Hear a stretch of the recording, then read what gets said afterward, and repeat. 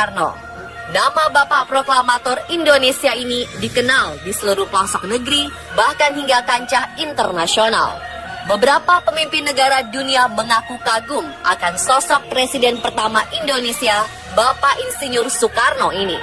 Namun di samping gaya kepemimpinan dan sosoknya yang karismatik, nama besar Soekarno juga kerap dikaitkan dengan sebuah peninggalan harta karun berjumlah sangat besar, yang keberadaannya masih menjadi misteri hingga saat ini.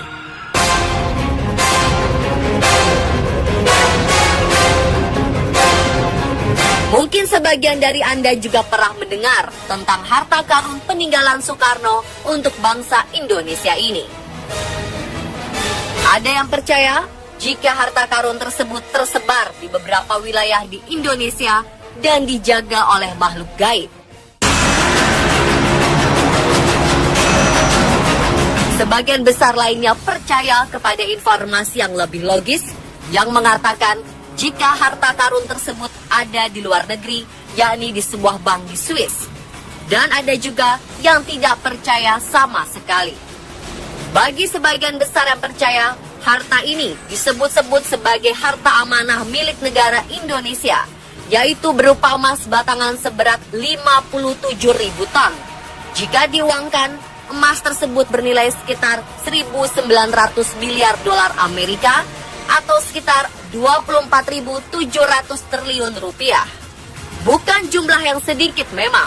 Dikatakan jumlah harta amanah Soekarno ini akan mampu melunasi seluruh hutang luar negeri Indonesia yang pada Juli tahun 2015 sudah tercatat berjumlah sekitar 4.376 triliun rupiah. Dan jika memang benar ada, jumlah tersebut masih memiliki kelebihan untuk berbagai pembangunan lainnya dan untuk memakmurkan rakyat. Berbagai spekulasi mengenai keberadaan harta karun tersebut terus bermunculan. Ada yang meyakininya hingga melakukan berbagai tindakan pelacakan, namun tidak sedikit yang meragukannya. Apa bukti yang menyebutkan jika harta karun peninggalan Soekarno ini benar-benar ada? Dan dari manakah asal harta karun tersebut?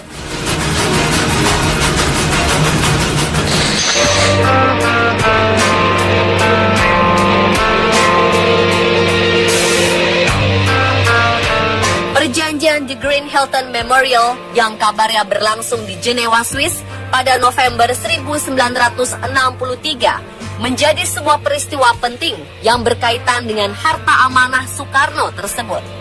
Disebut-sebut Bung Karno pernah menyetor dan menitipkan harta karun kekayaan Republik Indonesia sebanyak 57.000 ton batangan emas kepada State Treasury. Serah terima itu diikat dalam perjanjian The Green Hilton Memorial yang ditandatangani oleh Presiden Amerika Serikat John F. Kennedy dan Presiden Republik Indonesia Soekarno dengan saksi tokoh negara Swiss William Fokker.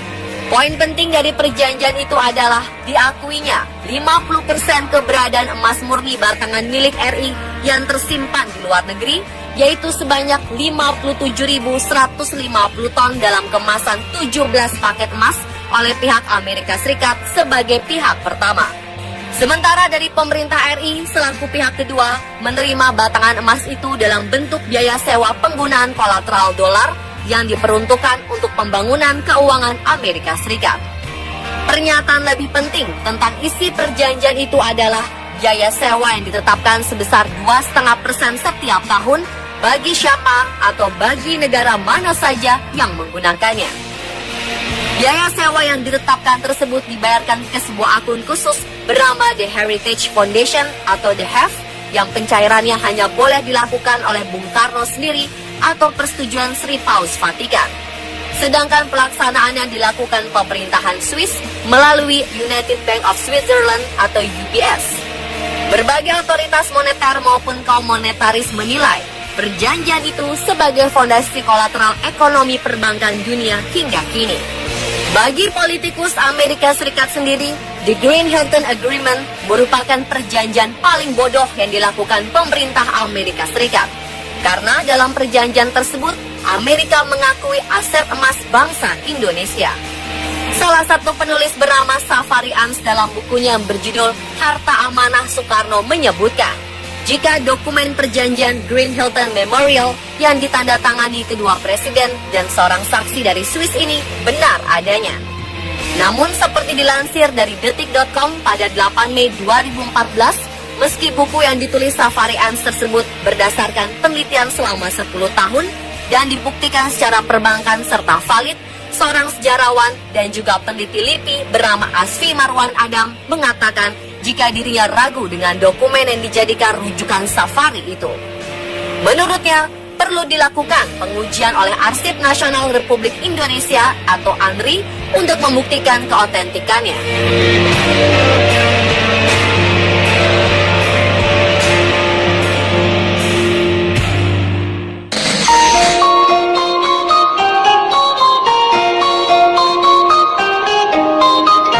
Lalu, dari manakah asal harta sebanyak 57.000 ton emas tersebut? Berbagai informasi yang berhasil dihimpun tim on the spot menemukan ada dua versi dari mana harta amanah tersebut berasal. Salah satu versi mengatakan jika harta tersebut merupakan sumbangan dari raja-raja di Nusantara. Dilansir dari Sindonews 19 Januari 2015, jauh sebelum pertemuan antara Soekarno dan Kennedy pada tahun 1906, diperakasai oleh Does Becker atau Danudirja Setiabudi, Sutomo, Raden Adipati Tirto Kusumo, dan Pangeran Aryo Noto Dirojo, para raja-raja di Nusantara pernah berikrar. Dalam ikrar tersebut, Raden Mas Suwardi Suryaningrat dan Raden Haji Umar Said Cokro Aminoto menyatakan pentingnya menempatkan nasionalisme di atas segala-galanya. Pada saat itulah, para raja di Nusantara menyumbangkan kekayaan mereka. Sumbangan dari para raja-raja inilah yang kemudian dikenal dengan dana perjuangan atau dana revolusi. Jumlah dana yang terkumpul tidak terhitung banyaknya. Sebagian digunakan untuk perjuangan, sebagian lagi disimpan di luar negeri.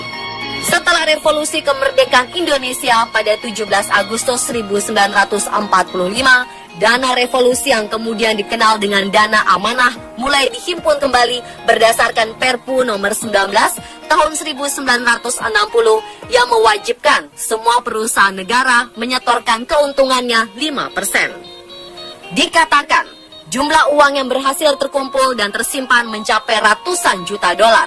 Namun begitu, nilai tersebut hanya sebagian dari dana amanah.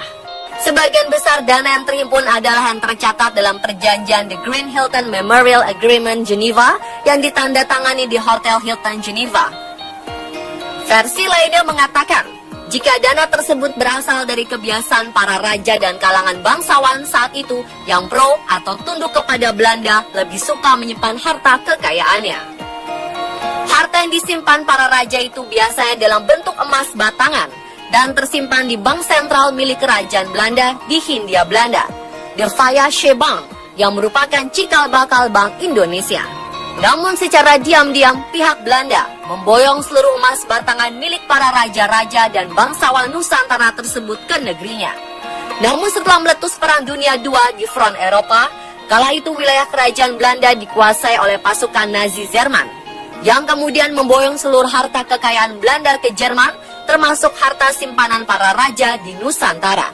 Selanjutnya, Jerman yang dikalahkan oleh pasukan sekutu yang dipimpin Amerika Serikat, lalu membawa harta-harta tersebut ke negaranya. Bermodalkan harta tersebut, Amerika kembali membangun The Federal Reserve Bank atau Fed yang hampir bangkrut karena dampak Perang Dunia II. Kabar penjarahan emas batangan oleh pasukan Amerika itu didengar oleh Bung Karno yang mengutus Dr. Subandrio, Hairul Saleh, dan Yusuf Muda Dalam.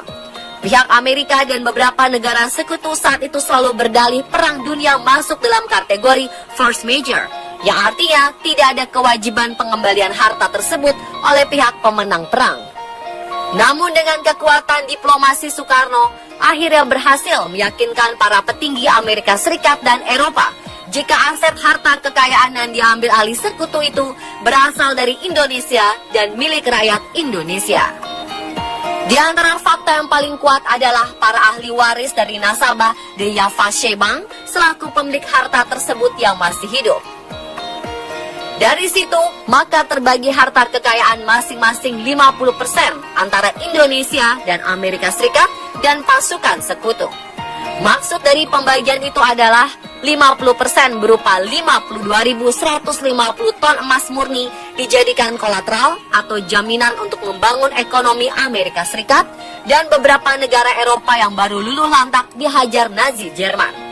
Sedangkan 50% lagi dijadikan sebagai kolateral atau jaminan yang membolehkan bagi siapapun dan negara manapun untuk menggunakan harta tersebut dengan sistem sewa atau leasing selama 41 tahun dengan biaya sewa per tahun sebesar 2,5%. Siapa saja pihak yang pernah mencoba mencairkan harta amanah peninggalan Soekarno ini? Lalu bagaimana tanggapan pihak keluarga Bung Karno sendiri mengenai harta karun amanah ini? Saksikan bagian keduanya besok di On The Spot.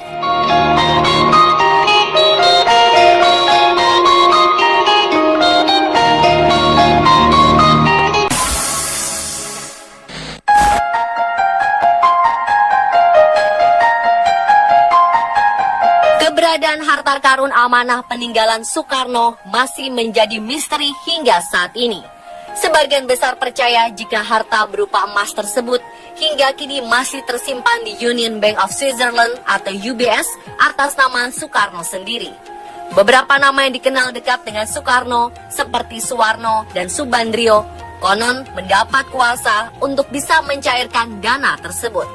Sementara dokumen mengenai perjanjian Green Hilton Memorial yang ditandatangani oleh Presiden Soekarno dan Presiden Amerika Serikat John F. Kennedy dengan saksi tokoh negara Swiss William Fokker pun banyak beredar di dunia maya. Tidak ada yang tahu pasti di mana sebenarnya dokumen tersebut berada.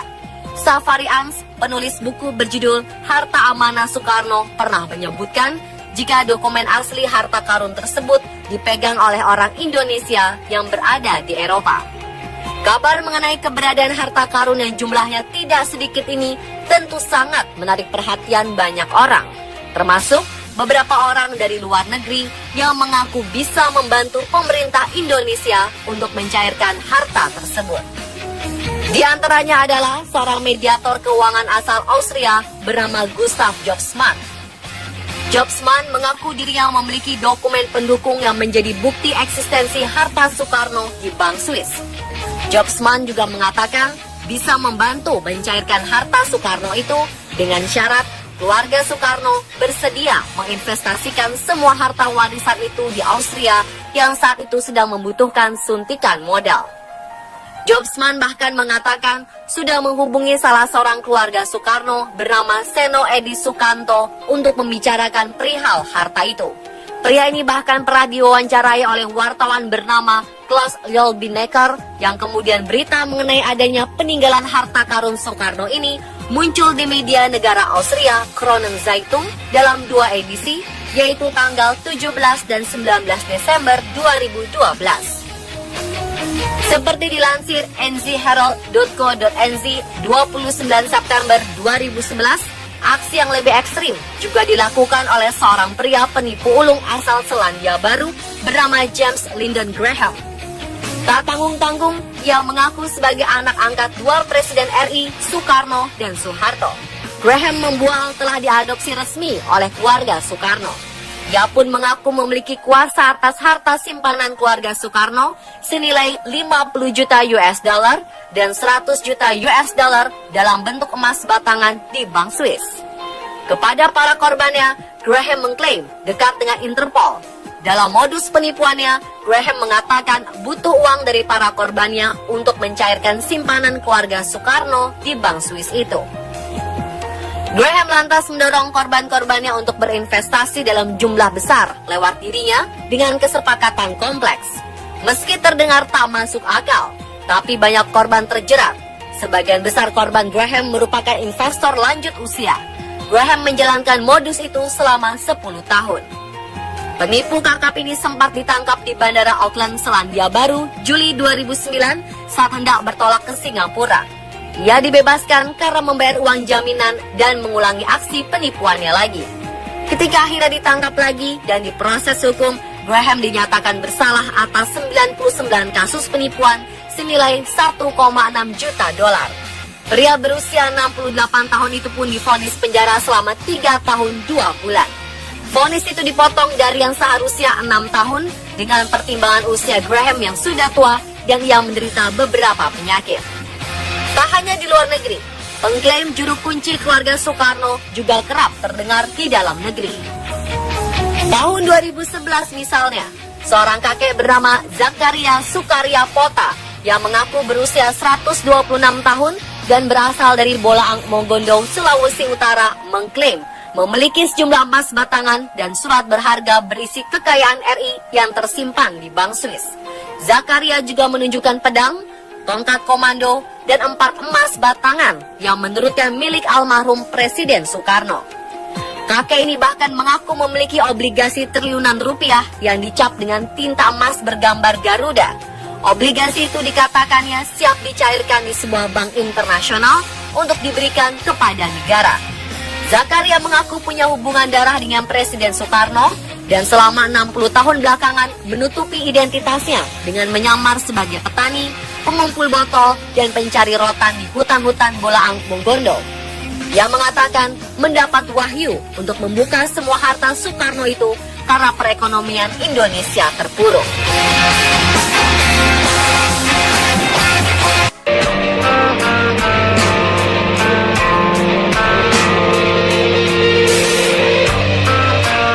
Inilah tanggapan pihak keluarga Soekarno.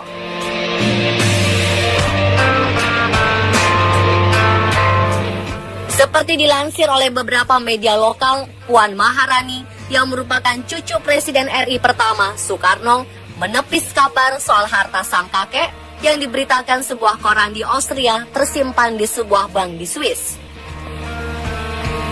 Wanita yang kini menjabat sebagai Menteri Koordinator Bidang Pembangunan Manusia dan Kebudayaan Republik Indonesia ini juga mengatakan tidak memiliki anggota keluarga bernama Seno Edi Sukanto seperti yang dikatakan oleh Gustav Josman di media Austria tersebut.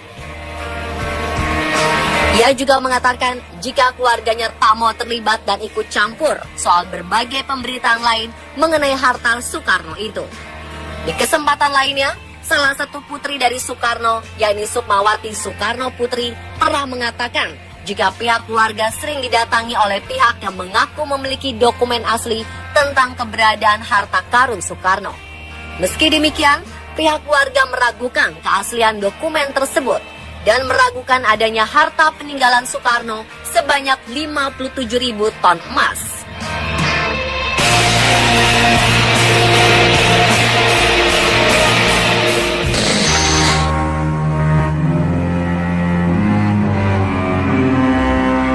Sementara itu, mantan Duta Besar Republik Indonesia di Swiss, Joko Susilo, pernah mengatakan bahwa kabar soal harta Soekarno di UBS itu tidak benar. Joko mengaku sering dihubungi sejumlah pihak di Indonesia maupun di tempat-tempat lain yang mengklaim menyimpan data soal warisan Soekarno di Swiss berupa emas dan uang. Joko pun kemudian menelusuri informasi itu. Ia bahkan menghubungi salah satu pejabat terkemuka di Bank UBS. Namun ternyata semua kabar tersebut tidak terbukti kebenarannya.